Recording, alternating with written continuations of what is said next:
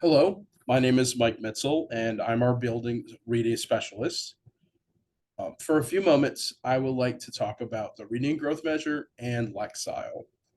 The reading growth measure is an assessment that all middle schoolers take 3 times each year, the beginning, the middle, and the end.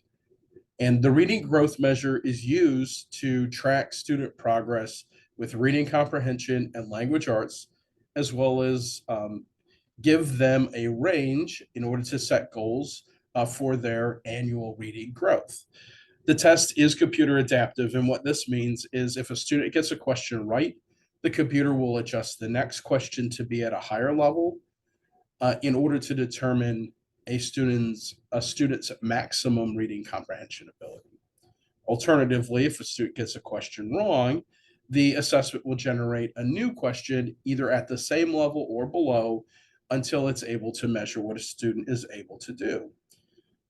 Each student sees approximately 27 questions, and the assessment takes about 45 minutes, though some students take a little bit longer, and others may complete it in a slightly shorter amount of time. Once the student has completed the reading growth measure, they're presented with a Lexile range. And that Lexile range tells a student what their independent reading ability is.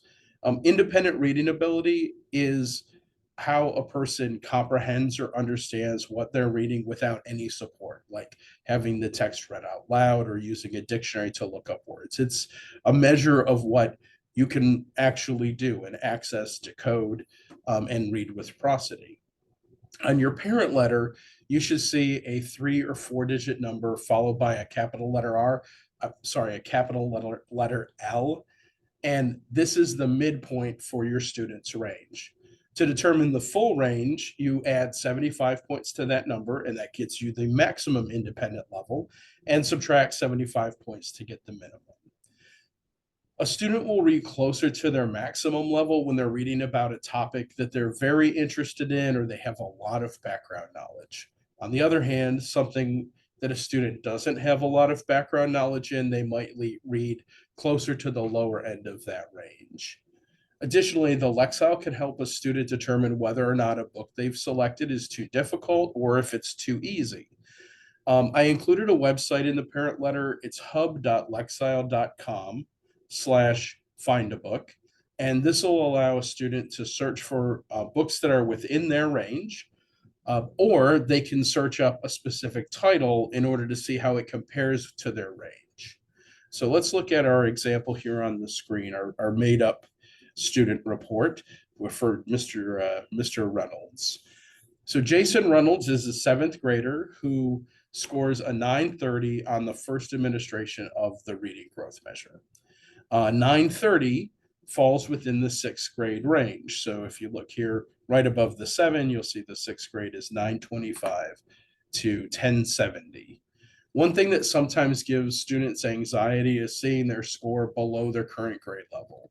And this is just to note that the ranges you see on the screen, these are year-end proficiency ranges. So when Mr. Reynolds is his score for that first administration is falling within the 6th grade range, that's fairly common. That's pretty normal because he's not met the requirement or the expectation for the 7th grade year end. So when we look at a 7th grader, they're really an accomplished 6th grader.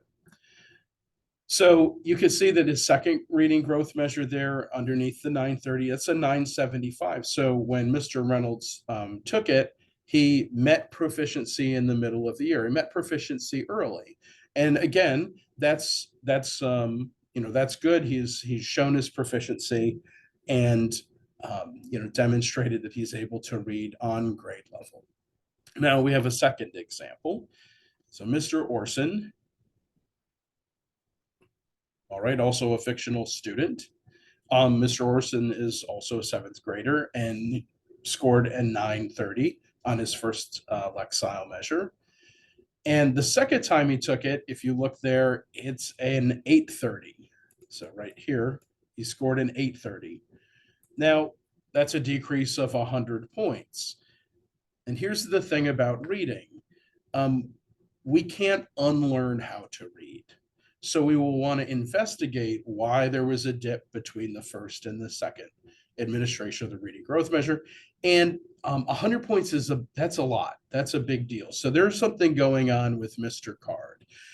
We'd look at the time spent. That can be an indicator.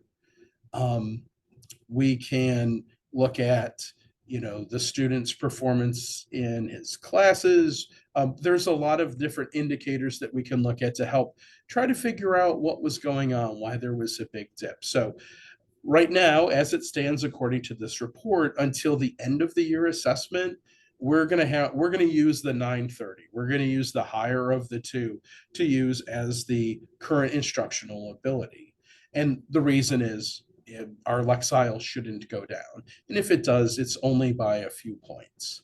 Now, Lexile results might be affected, like I said, by several things. It could be how the student was feeling on that particular day. Maybe they didn't get a lot of rest the night before, weren't able to focus, or they didn't put forth the effort or the attention that they should have when they took the second administration.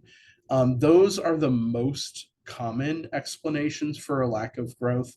So when we look at the time spent, I said earlier that 45 minutes is about average, and it's okay to be a little bit below that or slightly above that. Some students will take longer and others will get through it a little bit quicker.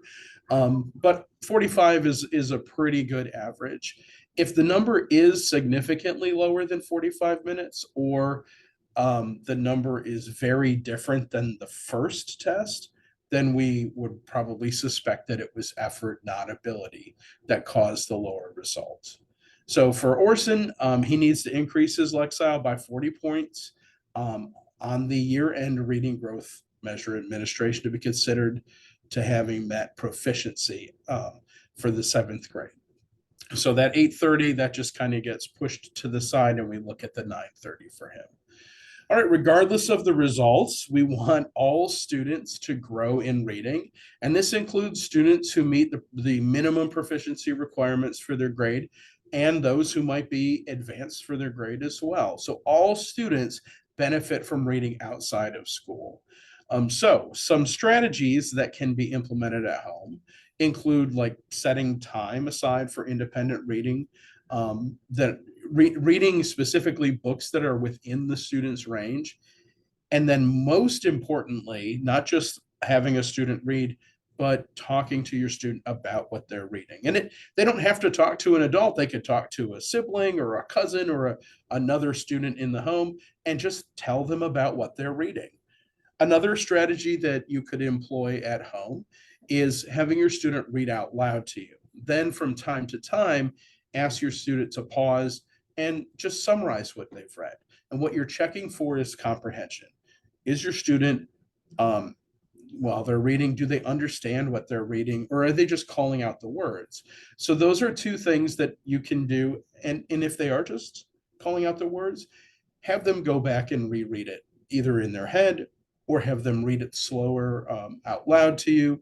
Or you could do something called choral reading, where both of you read it at the same time.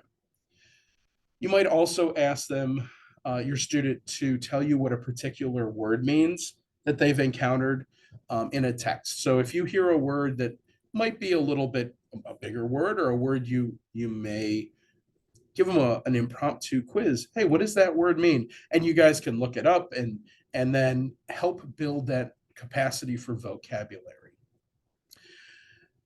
I hope this explains what the reading growth measure is and then how to read a Lexile score. And as always, feel free to reach out if you have a particular or specific question, or if you need clarification, and I'd be happy to have a conversation with you. Thank you so much for your time.